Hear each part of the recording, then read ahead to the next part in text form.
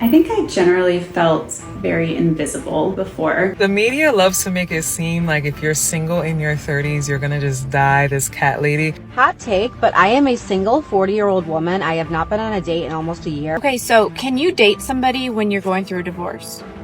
Divorced women have it tough out there, navigating the dating scene, trying to find a savior. How do you date when you're almost 50? You just don't date. You date yourself. Dating over 50, I'm going to tell you how you're going to get a guy to approach you out in the wild. Okay, I just have to say this, but dating in 2023 as a... Everyone makes their decisions. Some of them led these women to be alone by themselves. Kindly subscribe to the channel as it further supports us in our work. Thank you. I've unlocked a glorious achievement in life. I can go out in public and no longer be appraised by the male gaze. You know the one that like sends icky feelings up your spine and makes you feel like you're being looked at like a piece of discount beef at the butcher shop. That one, that doesn't happen to me anymore. I'm 41. It probably stopped about a year ago. So yeah, it's great. Keep telling yourself that. Okay, ladies, let's talk age parameters on the dating app. I'm getting such a kick out of all these guys in their 60s, and their age parameter for what they want to date is 45 or 40 even to 55. I think to myself, why are they not looking for somebody their own age? And then I go and I laugh at the reasons I come up with. The truth is, these men are thinking someone younger is going to be so fun, so exciting. Their skin, their body, it's still going to be young and beautiful. And then I go, and I have a laugh to myself again. Oh, how quickly that will change. A woman in her late 40s, early 50s, her body, her mind, everything is going to start going through menopause. And all of that young excitement they thought they found is going to change. And this can last for years. It will change her skin, her hair, her body weight, her sex drive, her attitude. And again, it can last for years. They have no idea what they're in for. In this case, age isn't just a number, guys. If a 60-year-old man wants to date a woman who's 45 because he thinks she'll be more fun, that's his preference, and he has every right to it. The truth is, a lot of older men don't want to date women their own age because the energy, the attitude, and the outlook on life often just don't match what they're looking for anymore. It's not just about looks, it's about peace, playfulness, and positivity. And let's be honest, yes, many women in that age group are going through menopause, and with that can come mood swings, lower libido, and a different emotional wavelength. But the real issue isn't just biology, it's the pure bitterness, the extreme nagging. Both women from either age groups come with their challenges. The 60-year-old might bring maturity, but she might also be set in her ways, less interested in romance. The 45-year-old might come with her own set of challenges too, but despite all that, some men still see the 45-year-old as a better bet because she might still have a spark, a sense of adventure. No husband, no kids, couple million in real estate, over 60, banding together with a bunch of other invisible women. Once you hit 60, you're invisible. We could take care of some shit. What's the worst that can happen? 3 hots and a cot?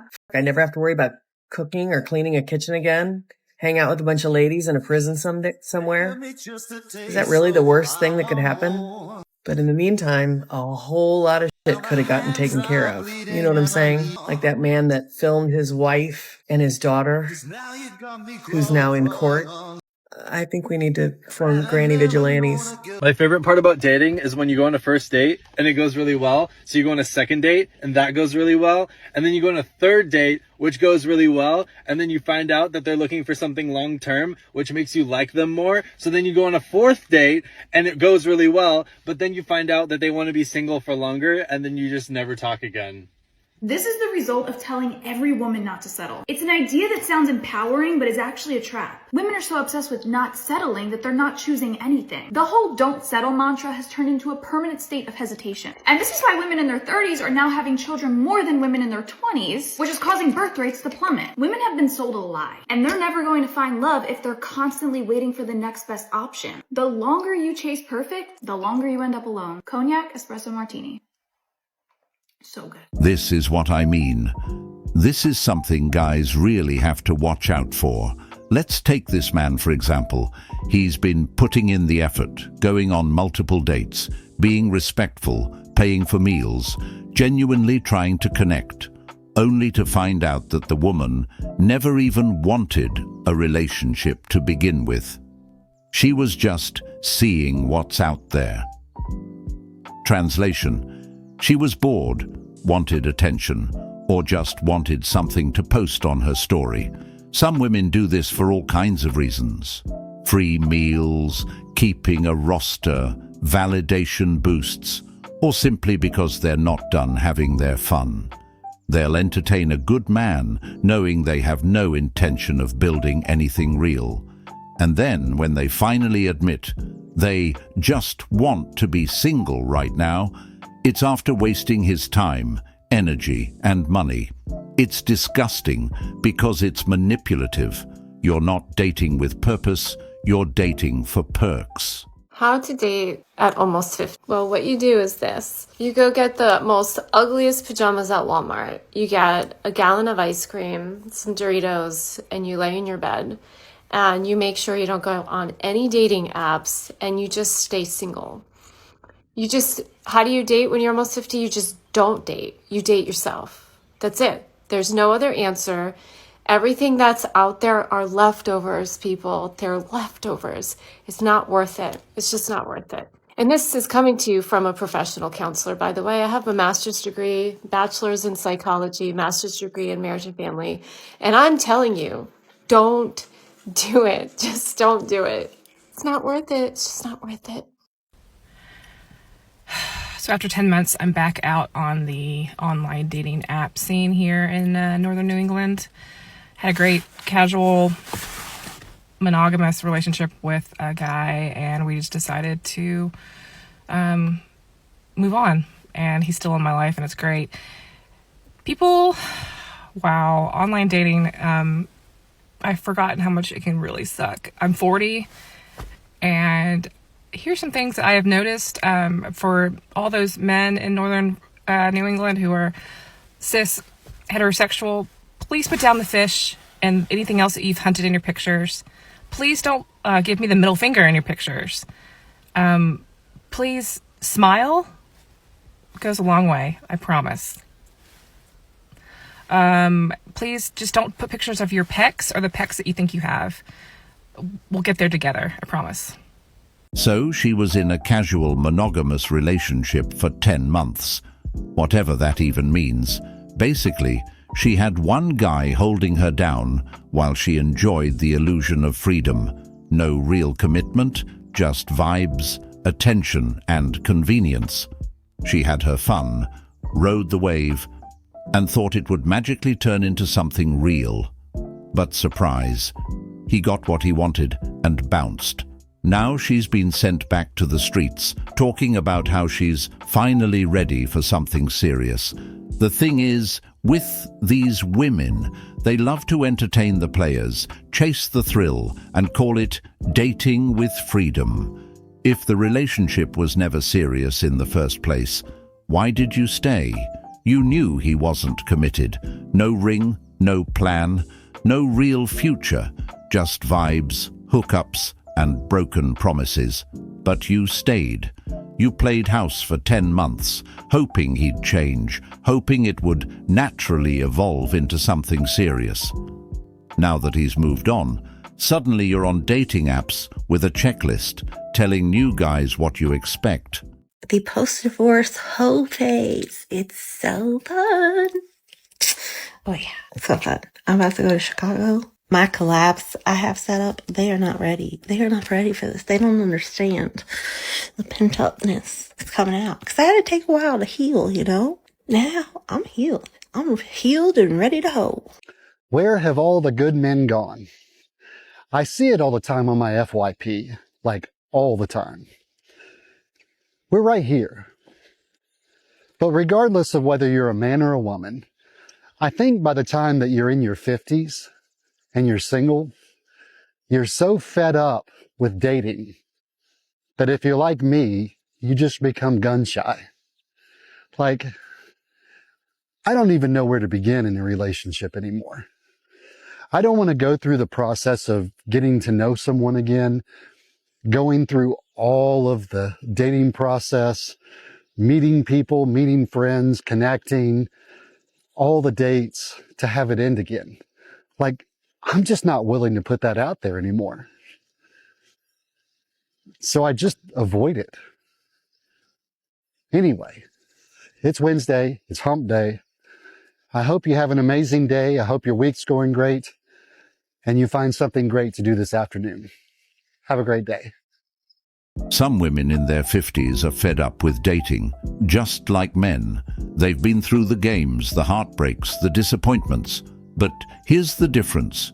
You rarely hear men asking, "Where are all the women at?" It's almost always women asking, "Where are the good men?" Why? Because women, by nature, tend to seek relationships more. They crave emotional connection, companionship, and long-term stability. And when that's missing, especially later in life, the loneliness hits harder. Men, on the other hand, are often better at adapting to solitude. They might feel lonely at times, but they don't always need a relationship to feel whole. They find fulfillment in purpose, hobbies, work, or simply peace. Some even get tired of the emotional labor that relationships can require, especially after being burned. So when both genders get fed up with dating, women are often the ones still searching, still hoping, while many men simply check out and choose peace over problems. One thing that I found was really weird after I got divorced was I felt like I constantly was checking the apps on my phone. Like I was jumping from app to app to app to app to app. And I don't know if anybody else feels like that, but again, I like to share my experience because I feel like when I was going through what I had to go through before I got divorced, I saw a lot of videos on the same topic and it made me feel not so alone. So if you just got divorced and you feel like you are on your phone and just jumping from app to app and you like don't even know what you're doing, I think it's normal. So yeah. Dating over 50, I'm going to tell you how you're going to get a guy to approach you out in the wild. This works every single time. So tonight I'm going out with one of my single girlfriends and y'all are also always asking me like, where's a great place to go? So one of the times that I was out, I was at Bobby's, which is in Preston Hollow. They have a fun like restaurant bar. But here's what you're going to do, ladies. And this works every single time, okay? You are going to put your phone down, first of all, and you're going to just look around. And if you see somebody that you think is cute, then you're going to make eye contact with them. Not just one time, but several times. You're going to make eye contact with them. You're going to like smile softly. You're going to kind of like flirt with your eyes a little bit. And then when they look back, you're going to give them like a little soft smile and then you're going to look away. And then maybe you do it again in like 5 or 10 minutes. And I did this exact thing. And about the 4th time, that guy got up from his seat. He walked over. We had a 30-minute conversation at the bar. He bought me a drink and then he asked for my number. And then we went on a date like a week later. It didn't work out with him. However, you know, there you go. That's a great way to meet a guy out in the wild. Because, I don't know about y'all, but you may be frustrated with the dating app, so that's a little tip. Every woman says the same thing. Just make eye contact and he'll come over. That probably used to work. And yeah, it might still work here and there, but not like it used to. Why? Because the dating climate has changed. Men have been told over and over not to approach, not to be creepy, not to bother women in public. Meanwhile, many women are still sitting around waiting, too afraid to make the first move themselves. But here's the hard truth. They're going to have to. especially if they want to stand out in a world where men are opting out of chasing altogether. Men are no longer throwing themselves at women like they used to. The risk isn't worth it. So if a woman sees a man she likes and does nothing but hope he magically reads her mind, she might be waiting forever. In today's world, silence isn't mysterious. It's missed opportunity.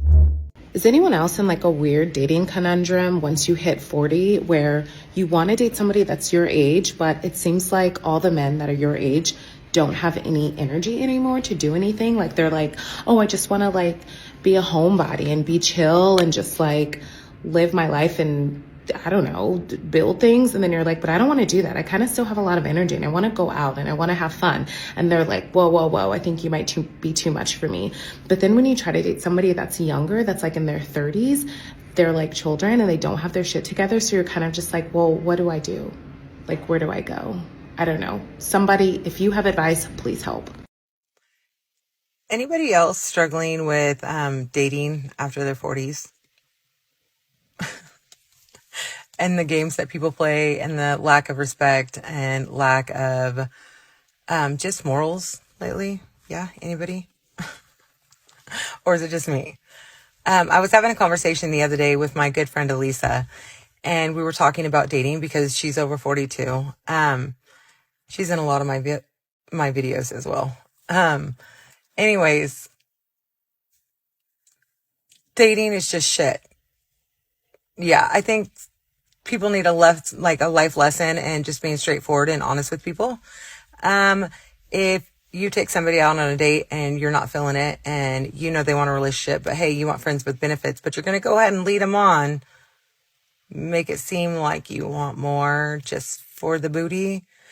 That's wrong. You're holding up the line for somebody else that like could be their person. And that's just a crappy freaking thing to do to somebody. Don't waste their time. Don't do it. And don't ghost them. It's quick and easy to shoot them a text and be like, hey, I'm not feeling it. You know, I like you as a friend, or maybe you don't even like him as that. I don't feel it. I'm done. Cool. Be honest. Respect their time as much as you would want them to respect yours. That's my first complaint. Second, social media has really destroyed trying to date because it gives you the illusion that the grass is greener on the other side. But what people fail to remember is that shit still has to be mowed. And most of the time it's motherfucking AstroTurf. Because ain't nothing that pretty. Me included. So, yeah. What the hell is going on, y'all? I guess I'm going to have to be like single and have like 50 cats. I keep joking about it, but yeah. Just be honest. Find some respect. They'll respect you for that. Anyways, that's just my nightly thoughts as I sit in my Jeep and dread going into my house. Because I got 9 million piles of laundry to fold. Anyways, happy Labor Day. I mean, I do understand. Dating isn't easy for anyone. But the reality is, this is what dating has come to for many women in their 40s. It's a struggle. It's frustrating. And in a lot of cases, it's really their own fault that they ended up in that predicament. Honestly, this should be served as a real warning for younger women. If you don't take dating seriously while you're young, while you have the most options, energy, and leverage, you may very well find yourself in the same difficult position later in life. Time doesn't stop, and neither does the dating market. If you spend your 20s and 30s chasing situationships, ignoring good men, and treating commitment like a trap, just understand. You're making choices that have long-term consequences. That's just the reality. They'll say, oh no, the consequences of my own actions are hunting me, and there's no reset button.